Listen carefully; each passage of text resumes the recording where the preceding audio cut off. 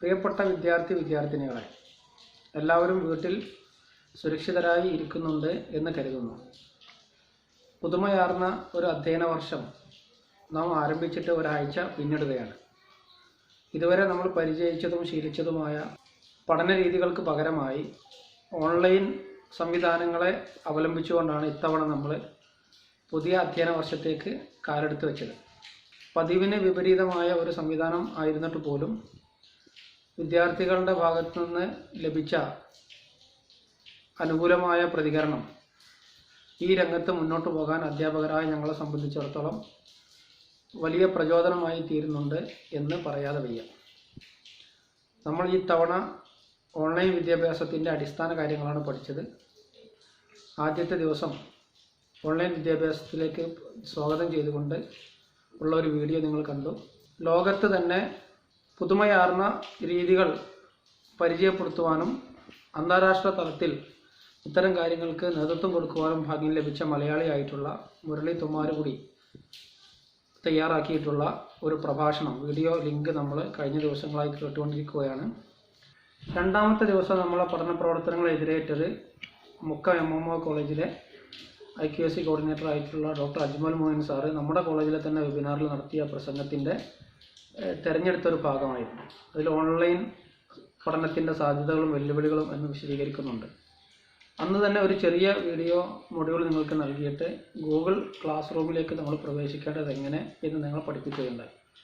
മൂന്നാമത്തെ ദിവസം നമ്മുടെ കോളേജിലെ പ്രിൻസിപ്പലും ഉയർന്ന അധികാരികളും അവിടുത്തെ മുതിർന്ന അധ്യാപകരും ഈ രംഗത്ത് നമ്മൾ നേരിടുന്ന പ്രശ്നങ്ങളും അതിനുള്ള പരിഹാരങ്ങളും നിർദ്ദേശിച്ചുകൊണ്ട് വളരെ നല്ല രൂപത്തിലുള്ള ഒരു സന്ദേശം നിങ്ങൾക്ക് കൈമാറുവാൻ സാധിച്ചു.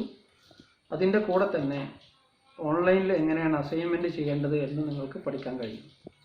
നാലാമത്തെ ദിവസം നമ്മൾ പഠിച്ചത് എങ്ങനെയാണ് നമ്മൾ സൗജന്യമായി ലഭിക്കുന്ന MOOC കോഴ്സുകൾ അതിലെങ്ങനെയാണ് എൻട്രി ചെയ്യേണ്ടത്, അതിൽ ഏതൊക്കെ കോഴ്സുകൾ തിരഞ്ഞെടുക്കണം.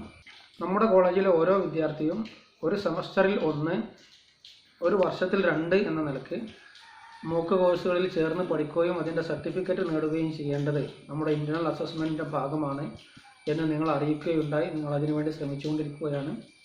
നമ്മുടെ പ്രിയപ്പെട്ട അധ്യാപകൻ ഡോക്ടർ Muhthasim Billa സാറ് ആ വിഷയത്തിൽ നടത്തിയിട്ടുള്ള ഒരു വീഡിയോ പ്രസൻറ്റേഷൻ നിങ്ങൾക്ക് വളരെ ഉപകാരപ്രദമായി എന്നാണ് നിങ്ങൾ നൽകിയ ഫീഡ്ബാക്കുകളിൽ നിന്ന് മനസ്സിലായിട്ടുള്ളത്. അഞ്ചാമത്തെ ദിവസം ലോക പരിസ്ഥിതി ദിനവുമായി ബന്ധപ്പെട്ട വെബിനാറും അനുബന്ധമായ ചില വീഡിയോകളും നമ്മൾ കണ്ടു. ഇനി പുതിയ ഒരു ഘട്ടത്തിലേക്ക് നമ്മുടെ ഓൺലൈൻ വിദ്യാഭ്യാസം പ്രവേശിക്കാൻ പോവുകയാണ്.